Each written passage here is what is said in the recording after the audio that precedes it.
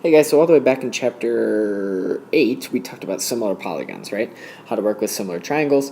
So I just want to quickly go over the definition of what similar polygons are so you don't forget, right? It's basically same shape, but different size. Okay, if you just go to Microsoft Word, put a shape in there, and then change the size of it, but keep the shape the exact same, just basically scale it, that's similar polygons. That's what you're creating. Okay, so for this, another way to think of it is the angles are congruent and the sides are proportional.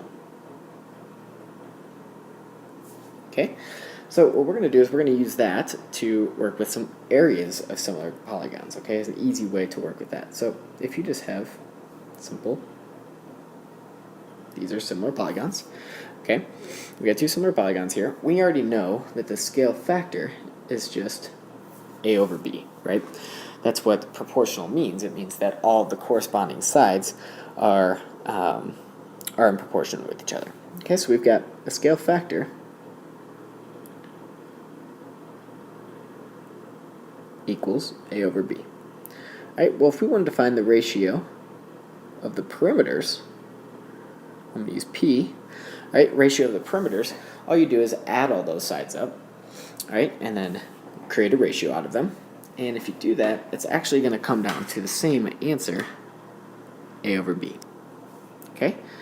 And lastly, if you're going to find the ratio of the areas, right? If you find the ratio of the areas of these things, if you found the areas and then put them in a fraction, put a ratio together and simplified it, right, you're always going to get the answer a squared over b squared.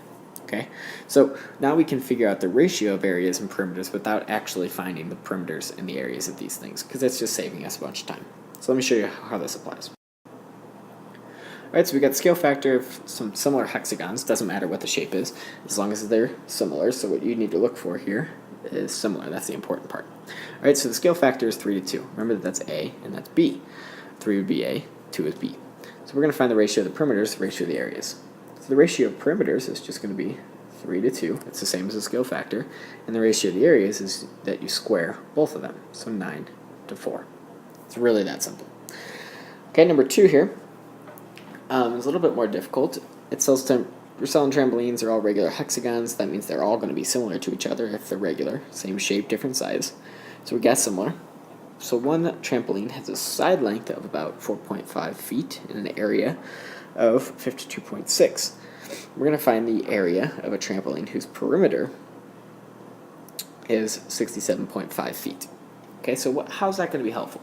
Well, we need to find the ratio from side length to side length. But we have the perimeter of the second one. We don't have the side length. So we need to find the side length. Well, if you have a regular octagon, right, whose perimeter is 67.5, remember regular means all these sides are the same. So all you have to do is divide that number by the number of sides, which for an octagon would be 8, and you'll get the side length. So divide that by 8, and 67.5 divided by 8. My calculator gives me 8.4375. Okay, so let's go with 8.4. So we've got now our A over B, our scale factor, is going to be 4.5 over 8.4375. Okay, well, we can try to reduce that. Your calculator is helpful for that. So if you type in 4.5 divided by 8.4375, hit enter, you're going to get some decimal. Well, you can convert that to a simplified fraction. Calculators are that good. Right, so if you hit math, enter, enter, it'll convert it to a fraction. It tells me that this simplified is 8 over 15. Okay, that'll be really helpful for us. Right, it's a lot easier to use without those decimals. Okay, so we want to find the area of that trampoline. So because we're going to find the area of this trampoline, we need to find the ratio of the areas first. So if we're going to find the ratio of the areas, we just square 8 and square 15. So the ratio of the areas is going to be 64 over 225. Now, what does the ratio of the areas means? Well, what that means is that if you actually create a ratio of the actual areas and simplify it, it's going to come out equal to this area. that ratio. All right, so we could set that equal to 52.6 because that's the actual area of the smaller one over the new area, over A. All right, and that's a proportion that we know how to solve. We can just cross multiply.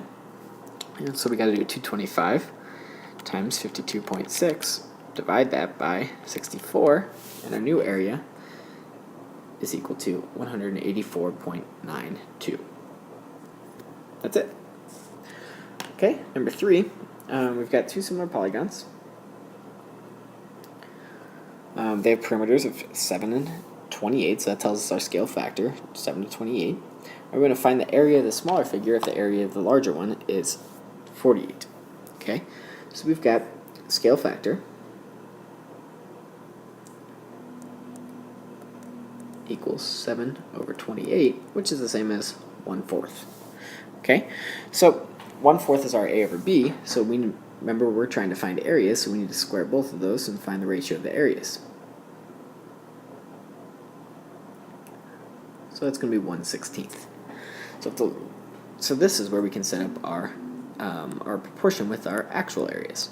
Okay, so the area of the larger one is 48, and the smaller one is what we need to find, A over 48. So we could just cross multiply and divide, and the area is going to be 48 divided by 16, which is 3. Last question here. Regular nonagon has an area of 90 square feet. It's one that's similar to it has an area of 25. What's the ratio of the perimeter of the first nonagon to the second? So now we're going to kind of work backwards. All right, so for this one, we've got 90 over 25. Okay, we can work with that. Okay, so from 90 over 25, remember that's equal to A squared over B squared. Remember that's the ratio of the areas. So we want to find the ratio of the perimeters. We want to find A over B. So how are we going to do that? How are you going to get from A squared over B squared to A over B? Well, you just have to take the square root. So that means we need to take the square root of this whole thing. So square root of 90 over the square root of 25. Well, we can simplify that as much as we know how to. The square root of 25 is really easy. It's equal to 5. Okay, and the square root of 90, you can pull out a 9, right, and make it 3, and you're left with root 10 on the inside. So the ratio of the perimeters is 3 root 10 over 5. And that's all you got to do.